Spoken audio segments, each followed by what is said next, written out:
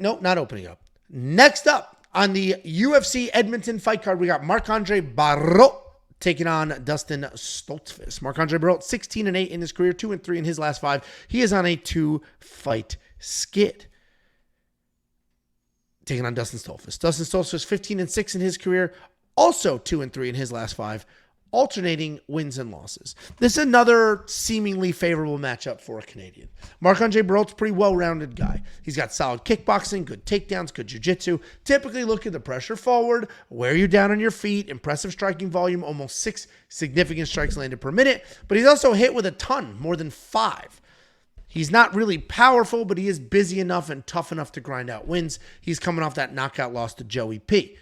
He's taking on Dustin Stoltzfus, busy striker on his side as well, but he has a ton of power. He's also a BJJ black belt. He's been wrestling more as of late with 11 takedowns in 5 fights. He's not a BJJ black belt. I think he's a brown belt. He's got a black belt in, what is it called? Lucha Libre or something like that? Did we have this conversation already? I got like a deja vu there. I've talked about it before because it's basically the Brazilian Sambo. It's basically combat jiu-jitsu. Oh, didn't you DM him and ask him? I think you DM'd him and asked him once. Or somebody did. If it's not him, it's a different fighter. We had this exact debate. We literally just asked him. Yeah. Okay. I can't remember, but it literally is like the Brazilian Sambo is what he's a black belt in, which it's not just jiu-jitsu. It's actually with actual takedowns, and combat and stuff like that. So, well, he's been working in more takedowns late as well with 11 in his last 5. He'll hang out and strike inside the pocket. Chin doesn't always allow him to do that, but he is a tough guy. He will hang and he will fight until his body gives up on him. His losses are to quality opponents. So you'll see, alternating wins and losses. The losses are quality, and he's beating the people he's supposed to beat. I do think this matchup is made for Marc-Andre to have some success. Dustin will be very dangerous early. He'll probably fade for a little bit. Mark should be able to weather the storm, pick up the volume, and take over. I'm expecting a ton of output from Mark, but I do think this fight could potentially go long. I don't know what to do with this round line.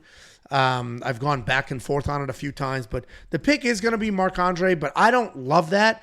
And a 1.5 round line over seems like a much better, if that's the round line offered to you on your sportsbook, that seems like sort of a better play than picking a side here. What do you think, Jakey boy? Yeah, I'm a big, I like Dustin. He is a former lock of the week, and it was at one point his only win in the UFC was the week he was the lock of the week. So I know Dustin Stoltzfus very, very well. I mentioned the wrestling, the grappling acumen that he brings into the fight. So what I like about this... Acumen?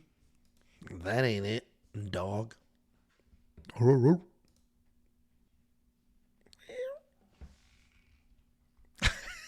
I got it. I don't know why I meowed. Just let that digest. Here's the silence for that fucking dork that wanted it earlier. Let's let that digest a little bit. Yeah, and I apologize, guys, for the unprofessionalism because now I lost my train of thought.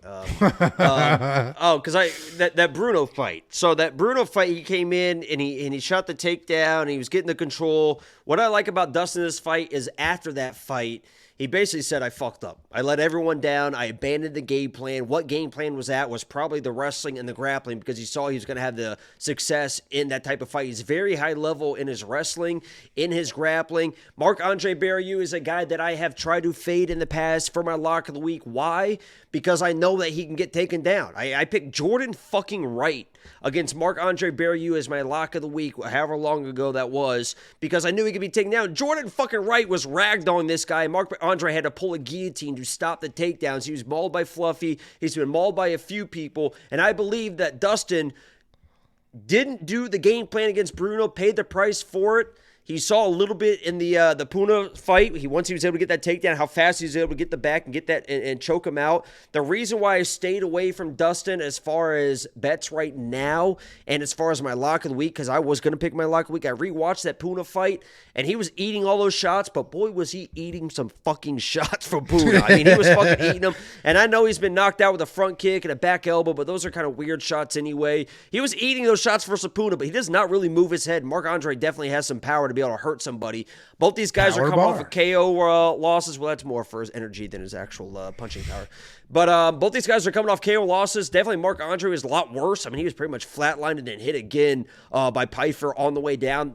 And both these guys are coming off KO losses only like 3 or 4 months ago. I think Dustin comes in with a wrestle-heavy game plan. If he does it, I think he can fucking smoke Marc-Andre on the ground. I think he's that good. So I like Dustin here. Personally, I played him by sub. I think it was plus 400, plus 500, something like that.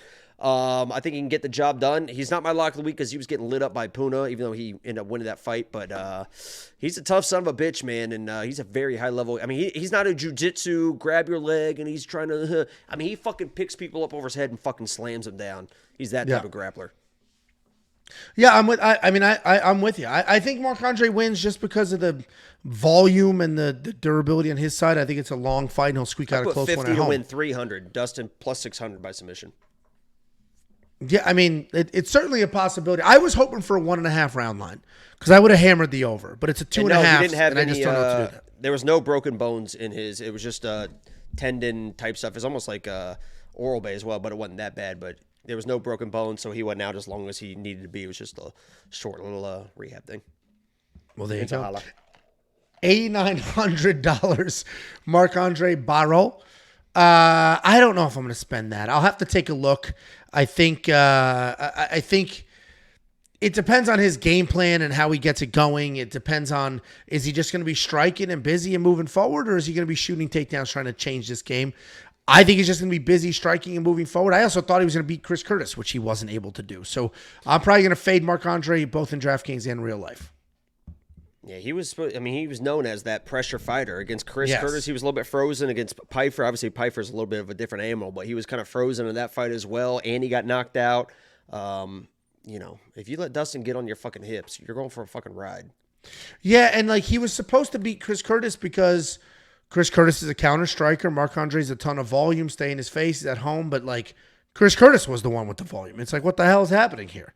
So it did go that direction. So I was wrong on that pick with Marc-Andre. Therefore, because I'm a normal human being who learns from his mistakes, I'm not betting on that guy again. Not at minus 180. That's crazy.